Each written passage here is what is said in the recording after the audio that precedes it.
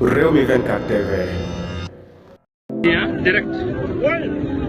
direct ñu ngi nii ne dañuy jàpp professeur Daouda Ndiaye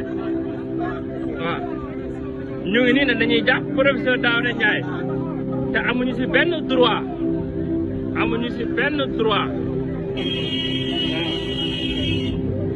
ñu ngi nii ne dañuy jàpp professeur Daouda Ndiaye te amuñu si benn droit